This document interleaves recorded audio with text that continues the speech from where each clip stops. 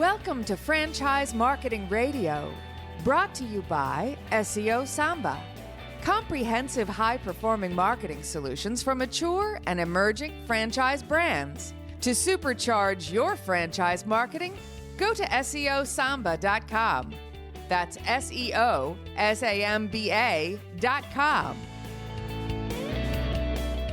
Lee Cantor here, another episode of Franchise Marketing Radio, and this is going to be a fun one.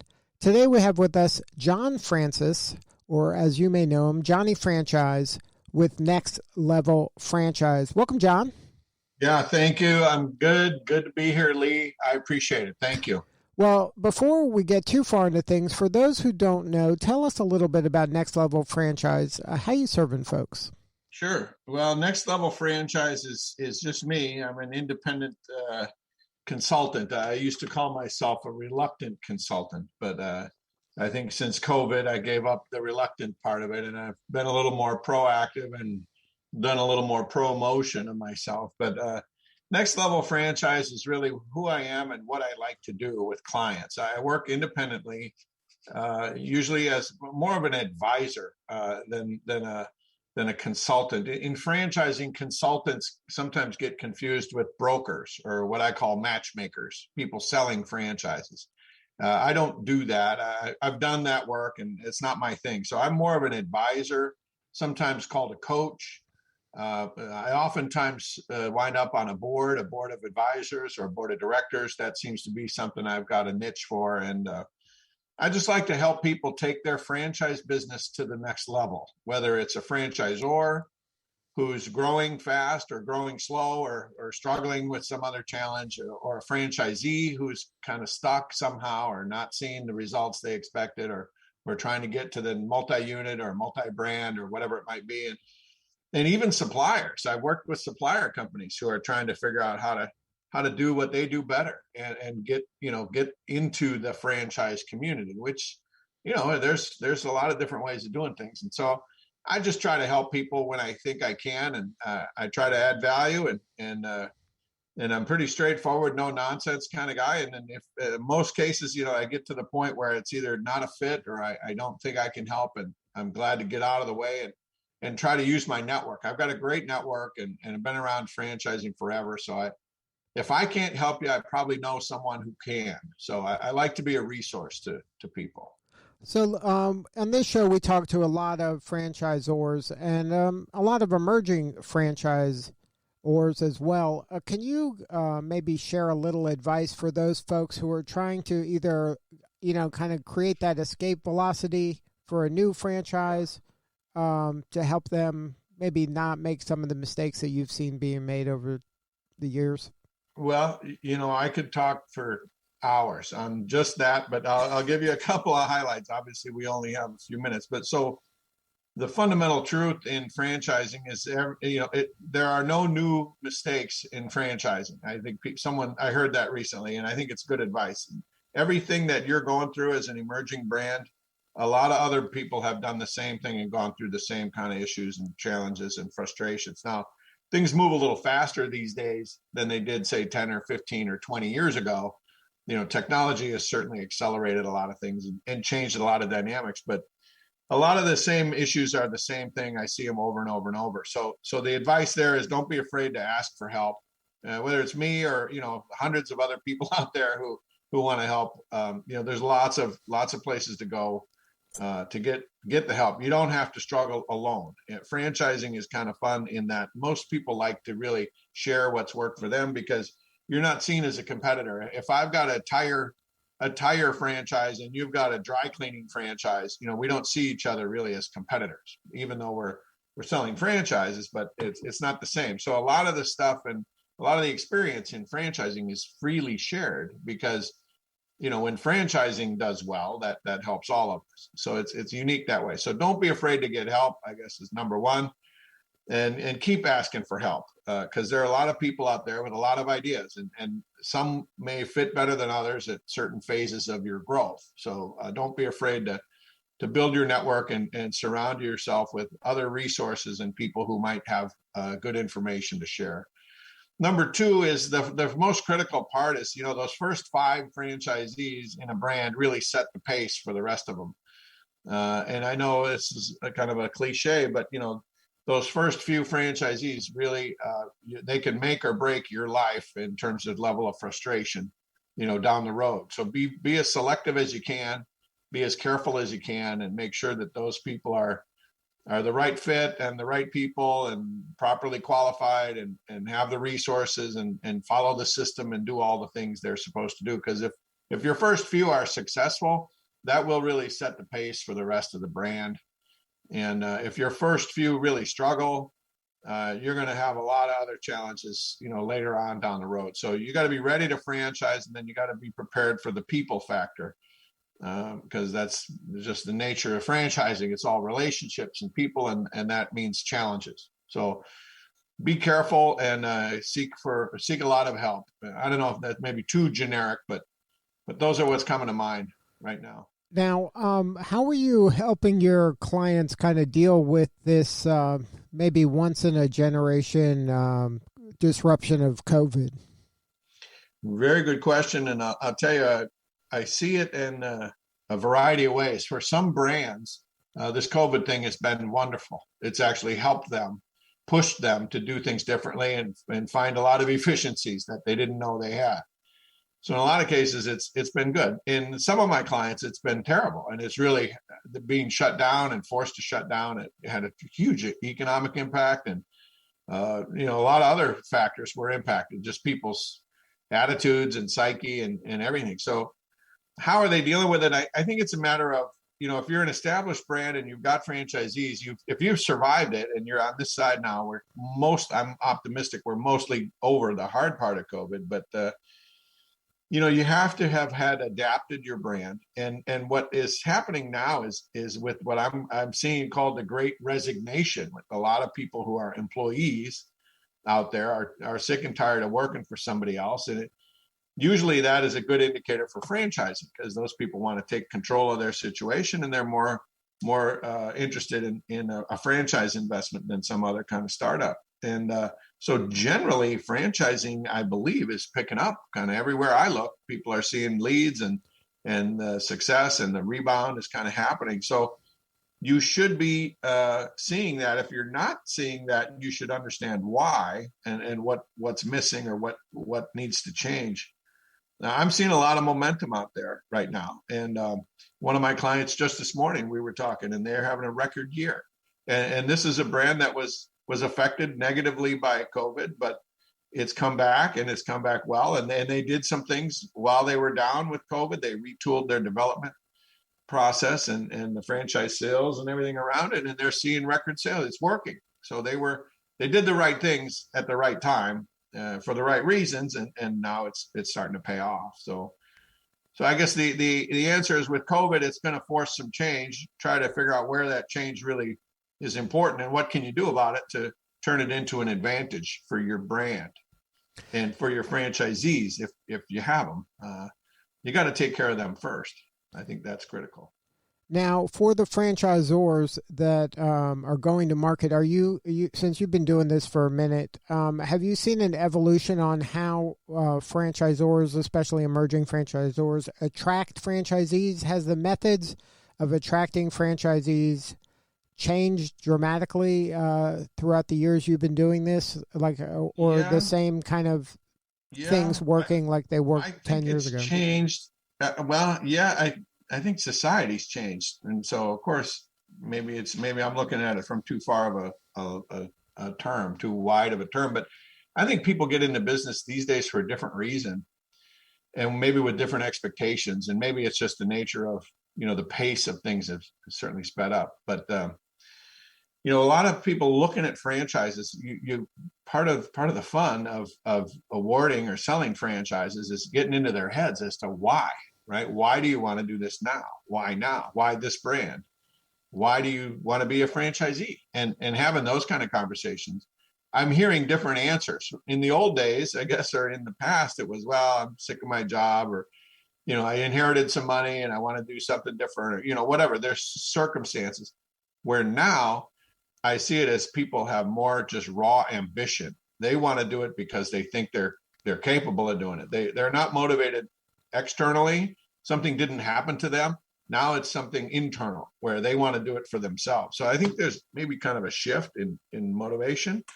And I think that's real. I think it's good, frankly, because those people, if they're self-starters and self-motivated, they're probably hopefully going to stick with it and make the commitment to be successful and do whatever it takes, which is better than, something that changed, that happened to you. And of course, life goes on, things are going to change again. And maybe that changes your motivation. So I think if that answers the question, the motivation of the franchisee buyers has shifted a little bit. I think you still see a lot of things out there, but in a general sense, I see more people coming at it for their own reasons, internally motivated, which I think is probably a good thing.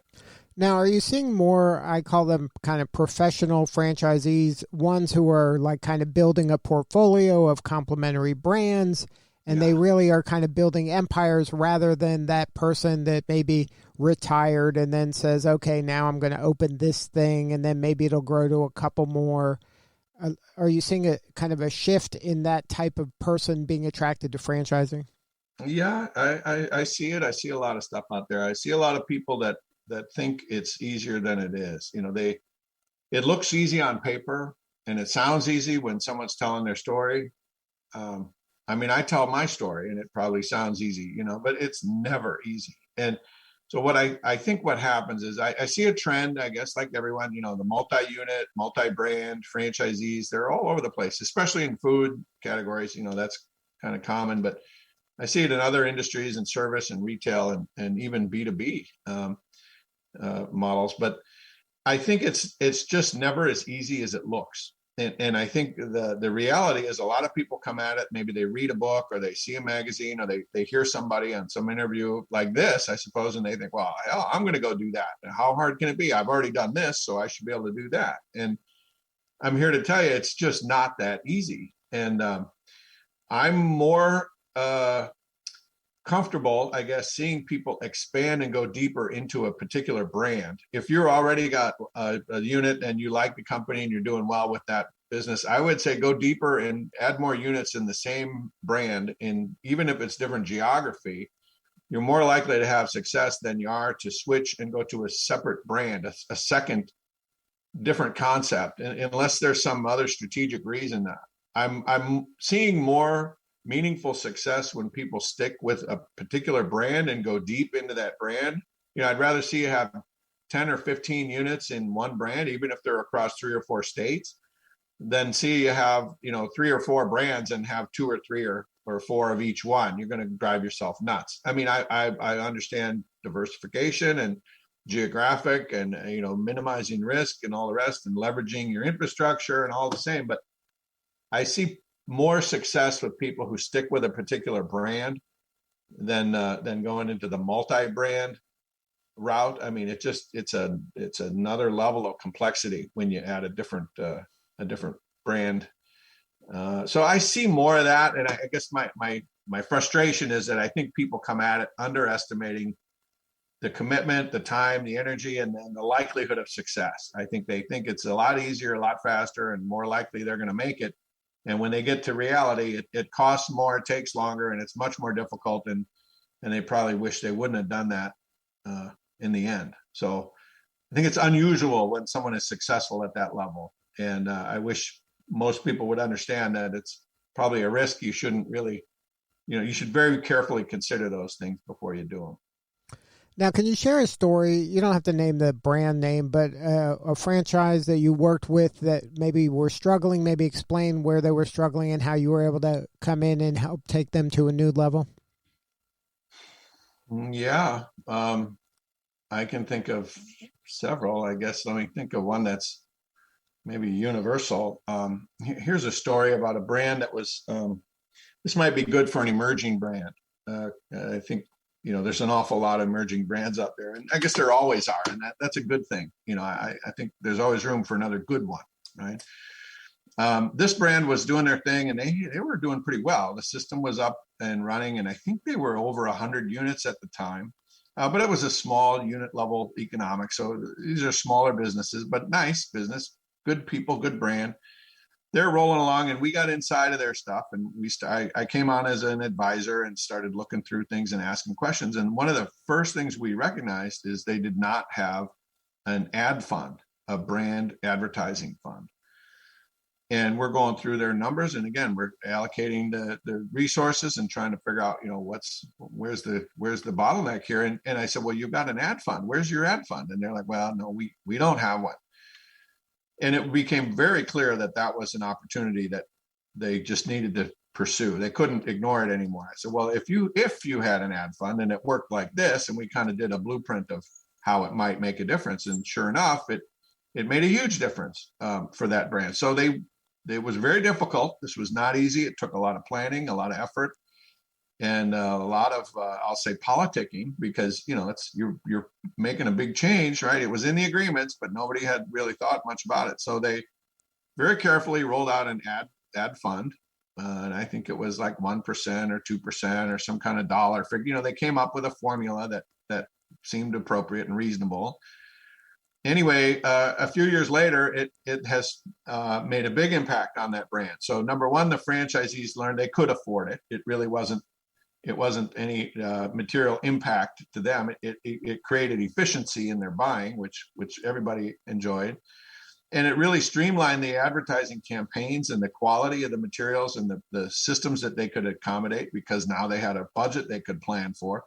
And really what it did for that franchisor is alleviated a lot of their cash flow issues, because they were paying for stuff and managing that, and it just was a disaster. So adding the ad fund early in a brand.